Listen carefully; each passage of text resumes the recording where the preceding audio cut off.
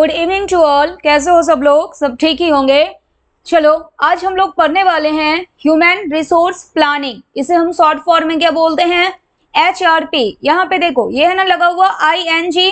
जिस भी टर्म के लास्ट में ING लगा होता है इसका मतलब कि ये एक प्रोसेस की बात कर रहा है। ठीक है, ह्यूमन रिसोर्स प्लानिंग क्या है? एक प्रोसेस है। क्यों प्रोसेस क्यों बोल रहे हैं? यहाँ पे ING लगा हुआ है, इट मीन्स ए प्रोसेस। तो ह्यूमन रिसोर्स प्लानिंग एक प्रोसेस है। कौन सा प्रोसेस होगा? जिसमें ऑर्गेनाइजेशन एंश्योर्स करती है कि इनके पास राइट नंबर हो, किनका? एम्प्लॉयज का, और वो क्वालिफाइड हो, यानी कि जो स्किल्स आपको चाहिए उस स्किल्स वाले एम्प्लॉयज आपके पास हो। ठीक है, इसी को आप बोलते हो रिक्विजिट स्किल्स। राइट प्लेस पर होने चाहिए और राइट टाइम पर अवेलेबल होने चाहिए। क्यों? ताकि जो ऑर्गेनाइजेशन के ऑब्जेक्टिव्स हैं उसको आप क्या कर सको?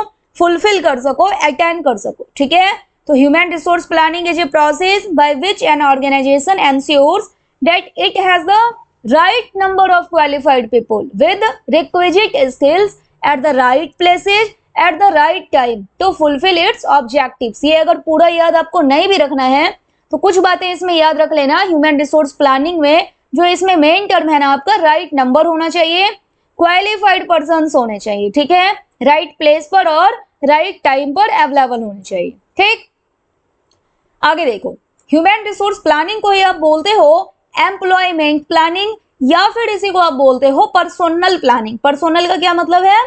पर्सोनल किसको बोलते हैं? एम्प्लॉयज को बोलते हैं, या फिर इसी को आप बोल देते हो man power planning. Clear? Basic purpose क्या होता है ह्यूमन रिसोर्स का? जो बेसिक इसका उद्देश्य है, जो बेसिक पर्पज है वो ये है कि आपके पास एक्यूरेट एस्टिमेशन होना चाहिए। एस्टिमेशन किसका? अनुमान किसका? नंबर ऑफ एम्प्लॉयज का, कि आपको कितने नंबर ऑफ एम्प्लॉयज की रिक्वायरमेंट है और कौन सी स्किल्स चाहिए। अब यहाँ पे रिक्वायर्ड विद, ये ना ये अलग अलग है, रिक्वायर्ड विद। ठीक है, मैचिंग स्किल्स। अब यहाँ पे मैचिंग स्किल्स का क्या मतलब है? अब जैसे कि मान लो आप कुछ भी ऑर्डर करते हो ऑनलाइन, ठीक है, आपने जो ऑर्डर किया उस तरह का आपको प्रोडक्ट रिसीव नहीं हुआ, या फिर जो भी प्रोडक्ट रिसीव हुआ वो डैमेज था, तो अब आप क्या करोगे? कस्टमर केयर एग्जीक्यूटिव जो है आप उनको कॉल करोगे कि भाई ऐसा ऐसा प्रॉब्लम है, मुझे मैं इसे रिटर्न करना चाहता हूँ या रिटर्न करना चाहती हूँ, तो आप मुझे उसका प्रोसेस बताइए। मैंने कुछ और ऑर्डर किया था और मुझे कुछ और रिसीव हो गया है। ठीक है, ये आपका प्रॉब्लम है। अब अपने प्रॉब्लम को आप बताओगे, किसको बताओगे? कस्टमर केयर जो एग्जीक्यूटिव है उनको बताओगे। अब आपकी बात वो पूरा सुन ही नहीं पा रहा है, तो कस्टमर केयर में क्वालिटीज कौन कौन सी होनी चाहिए? कि वो पेशेंस के साथ आपकी बात सुने, एक्टिव लिसनिंग हो, फिर प्रॉब्लम सॉल्विंग हो। तो ये सारे स्किल्स आपको चाहिए किसी भी कस्टमर केयर एग्जीक्यूटिव के लिए। अब जिस पर्सन में ये स्किल्स आपको मिलेगा आप उसी पर्सन की पोस्टिंग करेंगे ना कस्टमर केयर एग्जीक्यूटिव के पोस्ट पर। ठीक है, इसी को आप क्या बोलते हो? मैचिंग स्किल्स, यानी कि जिस स्किल का पर्सन आपको चाहिए उस वो वाला स्किल एक पर्टिकुलर पर्सन में होना चाहिए। ठीक है, चलो आगे बढ़ते हैं। Features of HRP। अब ह्यूमन रिसोर्स प्लानिंग की विशेषताएं क्या क्या है? पहला है इसमें फोरकास्टिंग। देखो ये जो है पी का क्या मतलब है यहाँ पे? प्लानिंग। जब भी आप प्लान करते हो तो प्लान किसके लिए करोगे? पास्ट के लिए करोगे या फ्यूचर के लिए करोगे? फ्यूचर के लिए करेंगे। ठीक है, तो फ्यूचर जो है ना वो फ्यूचर आपका अनसर्टेन होता है। फ्यूचर के बारे में जो भी आप बात करेंगे वो आपका अनुमान होगा। तो फीचर क्या है HRP का? फोरकास्टिंग। इसमें आप अनुमान लगा सकते हैं। ठीक है, अनुमान आप लगाएंगे। Estimating future HR needs. Human resource की जो भी जरूरतें हैं कौन से आधार पर? बिजनेस ऑब्जेक्टिव्स क्या है, आपके बिजनेस के उद्देश्य क्या है, और जो ट्रेंड चल रहा है, इस बेसिस पे आप क्या करते हैं? इसमें फोरकास्टिंग करने का काम करते हैं। आप इसमें एनालिसिस करते हैं, विश्लेषण करते हैं। आप इंटरनल और एक्सटर्नल फैक्टर्स देखते हैं जो आपके HR के सप्लाई को, ह्यूमन रिसोर्स के सप्लाई को और डिमांड को अफेक्ट करते हैं, प्रभावित करते हैं। अब मान लो आप इसमें एनालिसिस में क्या करोगे? अब मान लो कि कुछ लोग हैं, जैसे कि साल भर में अब 10 से 12 लोग आपको छोड़ करके जा रहे हैं। इसका क्या मतलब? या तो आपकी कंपनी को छोड़ के वो दूसरी जगह जा रहे हैं, कुछ की डेथ हो जाती है, कुछ की रिटायरमेंट हो जाती है। तो इंटरनल और एक्सटर्नल फैक्टर्स आप देखोगे जो आपके ह्यूमन रिसोर्स के सप्लाई को, डिमांड को प्रभावित कर रहा है। ठीक है, फिर आपका नेक्स्ट क्या है?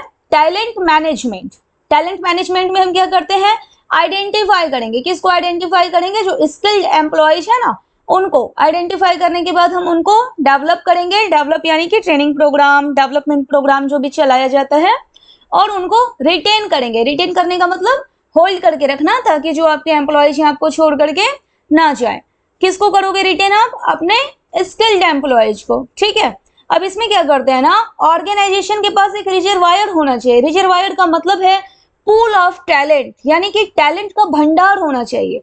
आपके पास ऐसे लोग होना चाहिए जो स्किल्ड हो, जो टैलेंटेड हो, और हमेशा at any point of time आपके पास वो अवेलेबल होने चाहिए। क्यों? जो भी आपके टास्क हैं, जो भी आपके काम हैं, वो प्रॉपरली टाइम पर कंप्लीट हो सके, ठीक है। नाउ नेक्स्ट ये है सक्सेशन प्लानिंग। सक्सेशन प्लानिंग आपने पहले भी पढ़ा था। इसमें कंपनी क्या करती है ना, इसमें आइडेंटिफाई करती है और डेवलप करती है। किसको? इंटरनल टैलेंट को या एक्सटर्नल? जो पहले से आपके एम्प्लॉयज है ना ऑर्गेनाइजेशन में, उनको आइडेंटिफाई करेगी, उनको डेवलप करेगी। इसलिए यहाँ पे लिखा हुआ है identifying and developing internal talent, ठीक है। सक्सेशन प्लानिंग जो है वो कौन करती है? कंपनी करेगी। इसमें होता क्या है? आइडेंटिफिकेशन होता है, डेवलपमेंट होता है इंटरनल टैलेंट का। क्यों? अगर भविष्य में कभी किसी पर्सन को अगर प्रमोट करके आप किसी हाई लेवल पे लेके जाना चाहते हैं, तो आप ये कर सकते हैं। एक ऐसा टैलेंटेड पर्सन जो लीडरशिप रोल्स के लिए एकदम परफेक्ट है, ठीक है, तो उसको हम क्या करते हैं ना, उसका एक हॉट लिस्ट बना लेते हैं। जितने भी आपके यहाँ टैलेंटेड एम्प्लॉयज होते हैं, उसकी एक हॉट लिस्ट बना ली जाती है, उनको स्पॉट किया जाता है, ढूंढा जाता है हाई पोटेंशियल एम्प्लॉयज को, और पहले से उनको प्रिपेयर कर लिया जाता है ताकि भविष्य में उनका प्रमोशन आसानी से किया जा सके। और फिर बिना किसी दिक्कत के, बिना किसी प्रॉब्लम के, जो भी रोल इनको मिलता है वो काम आसानी से ये कर पाते हैं, ठीक है। अब जैसे कि एमएनसीज है ना, मल्टीनेशनल कंपनी, उसमें ये सक्सेशन प्लानिंग की पॉलिसी बनी हुई होती है। जितने भी एमएनसीज हैं आपके, अब जैसे कि मान लो प्रॉक्टर एंड गैम्बल है, आपका गोदरेज है, तो उसमें ना सक्सेशन प्लानिंग के लिए पॉलिसी बनी हुई होती है। वो क्या करते हैं ना, एक हॉट लिस्ट बना करके रखते हैं अपने हाई पोटेंशियल एम्प्लॉयज का, ताकि अगर कभी प्रमोशन की जरूरत पड़े तो वो आसानी से और बहुत क्विकली प्रमोशंस कर पाए, ठीक है। Now gap analysis. अब ह्यूमन रिसोर्स में हम क्या करते हैं? गैप एनालिसिस, हम गैप देखते हैं। किसका गैप? जो आपको चाहिए, ठीक है, जो आपको चाहिए, ये हो गया आपका एचआर नीड्स। और जो अभी आपके पास एग्जिस्टिंग एम्प्लॉयज हैं, एग्जिस्टिंग एम्प्लॉयज यानी कि जो आपके पास करेंट एम्प्लॉयज हैं, जो आपका फ्यूचर एचआर नीड्स होगा, भविष्य में जितने लोग आपको चाहिए, और जो अभी आपके पास हैं, उनके बीच आप क्या निकालोगे? गैप निकालते हो, यानी डिफरेंस निकालते हो। अब मान लो कि आपको भविष्य में की टोटल 35 एम्प्लॉयज की रिक्वायरमेंट है, लेकिन आपके ऑर्गेनाइजेशन में जो है अभी 30 एम्प्लॉयज ही हैं, तो आपको और कितने चाहिए? 5 एम्प्लॉयज और आपको ज्यादा चाहिए, ठीक है। तो ये 5 के ऊपर आप क्या करोगे? ये रिक्रूटमेंट का काम, सिलेक्शन का काम, उससे पहले आप वैकेंसी निकालेंगे, ठीक है। ये आपका गैप एनालिसिस। नेक्स्ट क्या है? Continuous process. ये जो है ना ह्यूमन रिसोर्स प्लानिंग, ये आपका वन टाइम एक्टिविटी नहीं है। It is not a one time activity, ये लगातार चलने वाली प्रक्रिया है। कारण ये है ना कि देखो, बिजनेस की जो जरूरतें हैं वो हमेशा चेंज होते रहती हैं। जो बिजनेस नीड्स हैं वो आपके क्या होते हैं? हमेशा टाइम टू टाइम अपडेट होते रहते हैं, चेंज होता रहता है। सिचुएशन हमेशा एक जैसा नहीं रहता, तो इसलिए आपको सब कुछ अपडेट करने की जरूरत पड़ती है। अब जब आपके बिजनेस के जो नीड्स हैं वो चेंज होंगे, तो आपको मोर स्किल वाला बंदा चाहिए होगा, ठीक है। इसलिए कहा जाता है कि एचआरपी जो है वो not a one time activity, it is a continuous process, right. Now right person right job. अब ये राइट पर्सन राइट जॉब क्या है? देखो, एंश्योर्स द बेस्ट मैच होना चाहिए between job requirements and employ capabilities. अब जैसे ऊपर के एग्जांपल में आप देख रहे थे ना, वो कस्टमर केयर एग्जीक्यूटिव वाला। अब मान लो कि कस्टमर केयर एग्जीक्यूटिव के पोस्ट पे एक हम ऐसे बंदे को बैठा दें जो ठीक से आपकी बात सुन ही नहीं पा रहा है, या फिर आप जो भी बात बोल रहे हो ना, जो भी अपने प्रॉब्लम को उसके साथ डिस्कस कर रहे हो कि हमें ये सब प्रॉब्लम हुआ है, वो पूरा प्रॉब्लम सुना नहीं और अपनी बात बीच में बोलना शुरू कर दिया। उनको एम्पैथी जो होनी चाहिए आपके प्रति वो नहीं है। तो देखा जाए कस्टमर केयर एग्जीक्यूटिव के लिए जो रिक्वायरमेंट्स, आपकी रिक्वायरमेंट्स क्या है कि भाई एक्टिव लिसनिंग हो कस्टमर केयर एग्जीक्यूटिव का, प्रॉब्लम सॉल्विंग हो, क्विकली आपके प्रॉब्लम को सॉल्व कर सके, एम्पैथी हो, आपकी समस्या जो है, आपके प्रॉब्लम जो है, उनको ऐसा फील हो कि भाई ये मेरा प्रॉब्लम्स है, ठीक है, ये आपका रिक्वायरमेंट्स है। अब ऐसी जो है ये एम्पैथी वाली फीलिंग या फिर एक्टिव लिसनिंग या प्रॉब्लम सॉल्विंग, ये क्वालिटीज किसी पर्सन में है ही नहीं, तो क्या आप उस पोस्ट पे बैठा देंगे? दिक्कत हो जाएगा, तो मैच जो है वहां पे नहीं होगा। ये राइट पर्सन राइट जॉब क्या है? जिनके अंदर जो क्वालिटीज है, जो कैपेबिलिटीज है, अगर वही वाली कैपेबिलिटीज, वही क्वालिटीज आपको किसी पोस्ट के लिए चाहिए, तो फिर आप वहां पे उनकी पोस्टिंग करेंगे, ठीक है। तो राइट पर्सन जो है वो राइट जॉब पर होना चाहिए। अब जैसे कि मान लो बचपन में आपके क्लास में कोई मॉनिटर बनता होगा या आप में से भी कोई लोग बनते होंगे।